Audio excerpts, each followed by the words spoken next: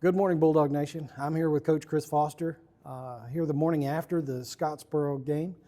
Talk about what went right, what went wrong, and talk about what's coming up. So last night was a 35-point loss, 56-21. But what I saw on the field and what I think a lot of the fans saw too was a much better game performance than the 35-point loss to Fairview. Scottsboro is a better team. They seem better prepared. They're very good at what they do, and they're a very experienced team. What was your view on that? Yeah, going into the game, we knew their offense was going to be a great challenge for us. They're the top scoring team in 5A, and they're that for a reason. It's like you said, they're very good at what they do. They're physical. Their quarterback is operating at a very high level when it comes to making his reads in the triple option game. And then their offensive line, they're coming downhill quick and not missing very many blocking assignments. And I thought, you look at their coaching adjustments. I thought they made some really good ones up front to some of the things that we were trying to do against them. Overall, they just did a really great job. Earlier in the year, we faced Plainview, and at the times we missed a lot of defensive assignments. When you're playing against the triple option, you have to be very assignment true. Everybody has a job and everybody has to do their job, or the triple option will get way out of hand. And versus Plainview, I saw a lot of missed opportunities and things like that. I thought we were pretty sound last night against Scottsboro, at least in assignment. Yeah, I would say, assignment-wise, for the most part, we had a few mishaps, but for the most part, our guys were getting where they're supposed to. We didn't do a great job tackling up front when we were there. And then when you do miss, they turn into big plays, and they did a great job of making our miscues turn into big plays for them. Number 25, Brandon Edmondson, he's a load. I don't know what his official stats were, but I know that Decatur Daily had him listed at 225 or something like that. Excellent player up the middle. And you mentioned earlier their quarterback, Jake Jones. He made the right decisions on his hands off almost all night. Mm-hmm. He did.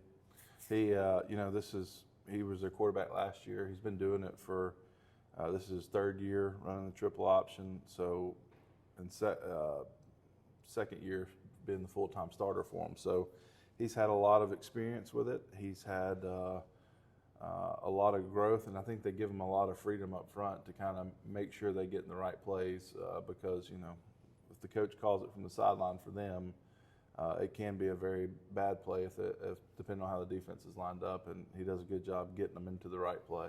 Yeah, definitely. Their coach, when we spoke earlier in the week, you mentioned to me that they were in the place we were in last year with returning starters and returning experience. And this is only this coach's third year with the program, and they've really bought in for that program. Yeah, they have. And, you look at it, he's Coach Bell for them has had a lot of experience coaching in this type system. He's been doing it for a very long time. Before he was at Scottsboro, he was at Oak Mountain. And, I've seen him beat teams like Hillcrest and Tuscaloosa running the triple option, which is pretty amazing when you think about it. Yeah, definitely. Talking about our team for a little bit, I thought Blitz played an excellent game. They did a lot to shut him down, but he broke that 63-yard run, and he worked very hard to get the extra yard all night, I thought. Yeah, no, I was really proud of Blitz. They're a very physical defense, very sound tackling, very assignment sound defense, and they do a great job of, like I mentioned last week, squeezing down gaps and things. And so it requires blitz to have to read certain blocks a little more. And I thought he did a really good job reading the blocks all night. And then when when it's him one-on-one with a defender, for the most part, he was either breaking a tackle or falling forward, which is what we ask of him. Yeah. I saw Jake England was slow to get up a few times. Is he okay? Yeah. He just one of those things where he made a tackle, and I think the guy's cleat kind of got him up under the face mask a little bit, but he was fine. Oh, good. A couple other players that looked from the press box looked like they had a great night. Brody Collins was always around the ball, and Deacon Hall as well, I thought, had a great night. Yeah, they had a pretty good week of practice, and I thought they did fairly well in the game.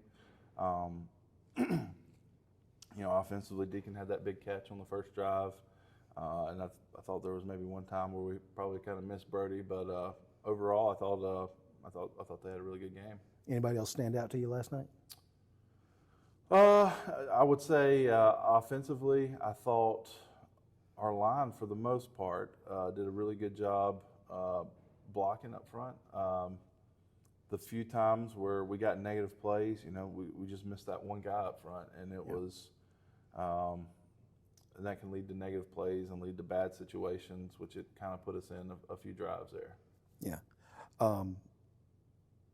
You mentioned that Brody and Deacon had good practice weeks. I think that you practice like you play. Who else had did anybody else stand out this week in practice?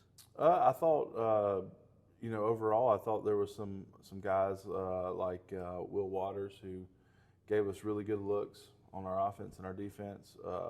Really did a good job preparing the varsity team for the game that we had to play. Yeah. Will Waters, for some of you who may not know, he's a transfer from Hartselle, playing great ball for our JV team right now. I think he'll be a great addition next year when he's eligible. Next week, St. John Paul. Any thoughts initially? Initially, the big thought was, this game's been moved up to Thursday, so it's a very short week to prepare, and we got a lot to prepare for. I think they have a really good athlete at quarterback that we've seen on film a little bit, and he's going to be a challenge for us. He'll be very similar, at least athletically, to how maybe the Westminster quarterback plays, where when something breaks down, he can do some things. Well, that'll be a challenge, but it'll also be good practice for things to come. Absolutely. So, still number one in the region, with everybody off region play last week. Goals are still within reach, even though we did suffer another loss. It doesn't hurt us in the region column. And that was the message to the team last night was, we got beat and probably got beat by a better team. The goal is to refocus and concentrate on the teams that we got left, and all the goals of making the playoffs and trying to make a run in the playoffs, they're still there before us. Yep. So I 1 week at a time.